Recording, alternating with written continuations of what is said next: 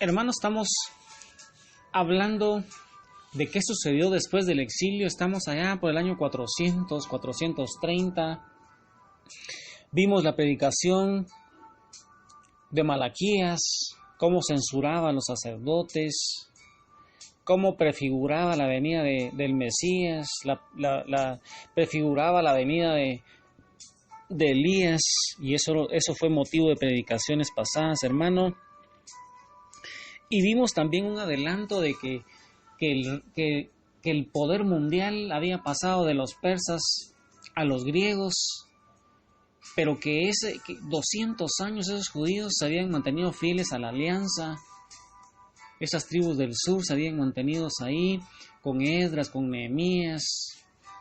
Vimos esos profetas, vimos a Esther y vimos a Malaquías. Y yo hoy quisiera preguntarte, hermano, ¿qué sucedió durante y después de Alejandro Magno con los judíos? ¿Qué crees tú, hermano, que fue pasando ahí a través del tiempo, a través de los años? Ellos seguían esperando ese Mesías de la descendencia de David. ¿Qué crees tú, hermano, que pasó ahí? Con lo que tú has escuchado, hermano. Y si tú tienes un comentario, hermano, si crees que te están sirviendo estos audios, si tu fe va aumentando, eso nos ayuda, hermano, para que nuestra fe vaya creciendo. Si bien es cierto, nosotros los que nos dedicamos a la predicación, como los profetas modernos, esos profetas contemporáneos, no esperamos ningún halago, sencillamente aceptamos ese privilegio de nuestro Padre sabiendo que nosotros sembramos y regamos la semilla, pero el que hace crecer la semilla es nuestro Padre Celestial.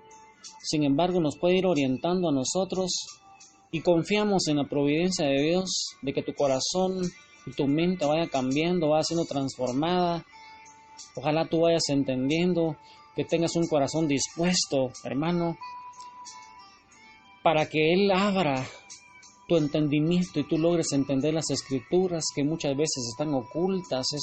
Ese entendimiento está oculto, no se llega a la revelación porque de repente hay algún pecado de orgullo, de soberbia, y atrás de esa montaña de soberbia tú puedas encontrar esa sabiduría que nuestro Padre Celestial tiene preparado para ti desde antes de la creación del mundo. Porque tu iglesia, hermano, así como es la figura del Antiguo Testamento, también está padeciendo los mismos males, y ahora los personajes somos distintos y estamos llevando la predicación. Hermano, yo quisiera entonces preguntarte, ¿qué crees tú que sucedió ahí, hermano, con Alejandro Magno? Alejandro Magno fue un gran guerrero y conquistador que se adueñó de gran parte del mundo. Dice que casi llega a conquistar la India, pero murió antes por la enfermedad. Y él vivió pocos años, hermano, un general joven, como de 33 años más o menos. Dice que Alejandro Magno trató a los judíos con gran magnanimidad y tenía mucho respeto por la religión de los judíos. Y cuando murió Alejandro Magno, sus generales se dividieron el reino. Y justamente 200 años antes de Cristo, hermano, después de Malaquías del año 400, ahora nos pasamos al año 200 antes de Cristo, ya nos estamos acercando a la venida del Mesías. Eso es importante, hermano, que tú sepas el contexto histórico, en qué momento escribieron los profetas, en qué momentos fueron escritos los libros, cuáles son deuterocanónicos, en qué consiste la Biblia de los 70, la Septuaginta.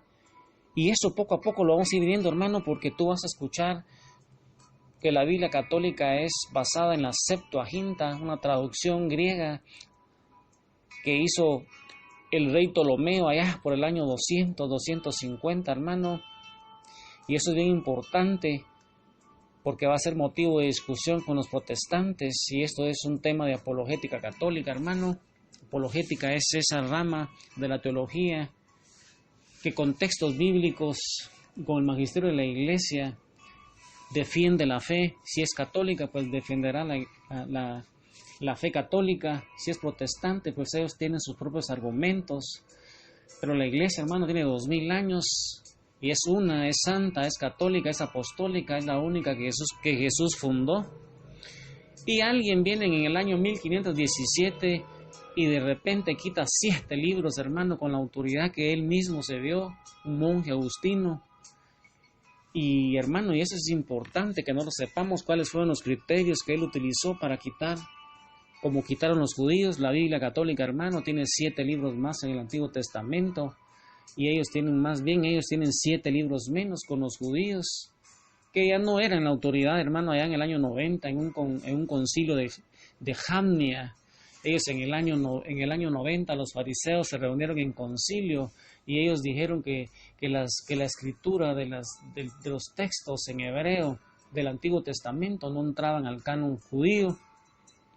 Y ellos ya no tenían ninguna autoridad, hermano, porque la iglesia católica ya estaba ahí, y a esa iglesia nuestro Padre Celestial le había dado la llave del reino a San Pedro, como lo hemos observado en predicaciones pasadas. Entonces, hermano, 200 años antes de Cristo, Jerusalén, Judea, quedó en manos del rey Ptolomeo. Recuerda, hermano, que con la muerte de Alejandro Magno, Judea quedó en manos del rey Ptolomeo. El reino se dividió en 2 y Ptolomeo quedó a su cargo de Judea y esas tierras que estaban cerca con Egipto.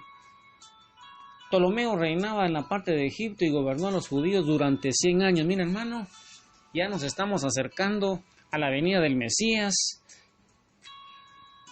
allá en el año 200, y Ptolomeo reinó 100 años. Ptolomeo dice que también fue un rey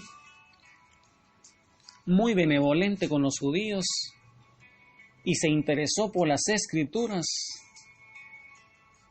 esas escrituras de los judíos, tanto que pidió que se tradujeran esas escrituras que estaban en arameo y estaban en hebreo, que se pasaran al griego, que se tradujeran al griego, hermano, y esa es la primera traducción al griego. Recuerda, hermano, que de aquí en adelante el griego va a ser el idioma oficial de toda esta área de acá, y eso es bien importante que tú lo sepas, hermano, porque es precisamente en este momento, durante el reinado del rey Ptolomeo, que se va a redactar el canon de los 70 o la Septuaginta, que algún día vamos a ir conociendo cuando miremos apologética católica.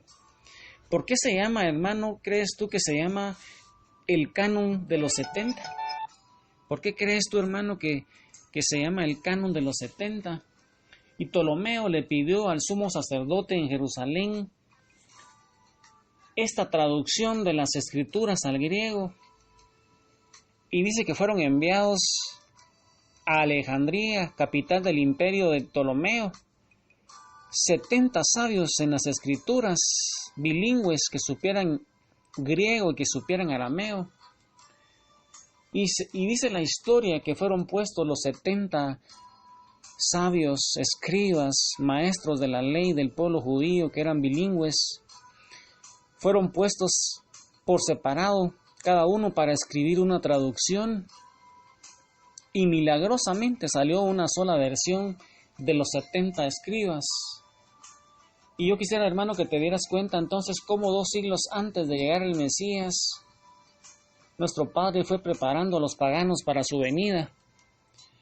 Y yo quisiera, hermano, que hoy también te preguntaras, ¿qué escritos, hermano, qué libros de la Biblia crees tú que fueron escritos en esta época, en el año 200, en el año 300 antes de Cristo? Ahí hay un libro, hermano, que algún día lo revisaremos. Es un libro de casi 50 capítulos, es un libro grande, y por la logística de estas predicaciones no lo vamos a poder ver todo. Es un libro que se llama Eclesiástico, no Eclesiastés, hermano, sino Eclesiástico o Siráside, que es un libro también deuterocanónico, o sea que fue colocado en el canon en una segunda oportunidad. Y ese es un libro que los protestantes no tienen, ni los judíos, porque ellos creen que son apócrifos, que son libros ocultos, que no son inspirados por Dios. Y dice que ese libro de Eclesiástico o Siráside también fue escrito en ese tiempo y contiene, el contenido básicamente es de muchas máximas, de muchos consejos, muchas parábolas, muchas enseñanzas escritas, hermano, allá por el año 180 antes de Cristo, y este es un libro, hermano, que Jesús va a citar muchas veces en el Evangelio, y dice que fue escrito en el año 180 más o menos por un judío piadoso de nombre Jesús. Jesús era hijo de Siráside, Ben Siráside. Él fue el autor de ese libro del Eclesiástico. Y yo te invito, hermano, para que tú un día lo empieces a leer. Es un libro muy interesante, es un libro sapiencial, es un libro donde vas a encontrar muchos consejos, muchas enseñanzas, muchas máximas, muchas historias, muchas parábolas que le gustaba mucho a Jesús. Ahora bien, si todo estaba tan bien con los judíos, hermano, había paz, había alianza, habían guardado la alianza. Si todo estaba tan bien, ¿por qué de repente surge la revuelta de los macabeos? Hermano, también en ese tiempo tú vas a ver un libro, más bien son dos libros, primera y segunda de Macabeos. Yo te había dicho que habían pasado casi más de 200 años los judíos, del año 400 al 200, que había mucha paz, había prosperidad. Ese pueblo tenía ya sus glorias pasadas. Y yo te pregunto a ti, hermano, que ese va a ser motivo de la predicación posterior.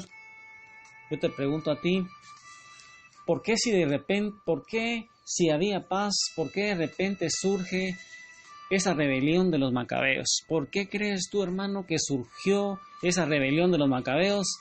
Y con esa inquietud, hermano, al lado de María Santísima, al lado de esos profetas, al lado de los macabeos, al lado de San José, con todos los ángeles, con todos los santos, yo te invito, hermano, a que en oración ahí perseverante medite las Escrituras, rezando el rosario. Que Dios te bendiga, hermano. Amén, aleluya.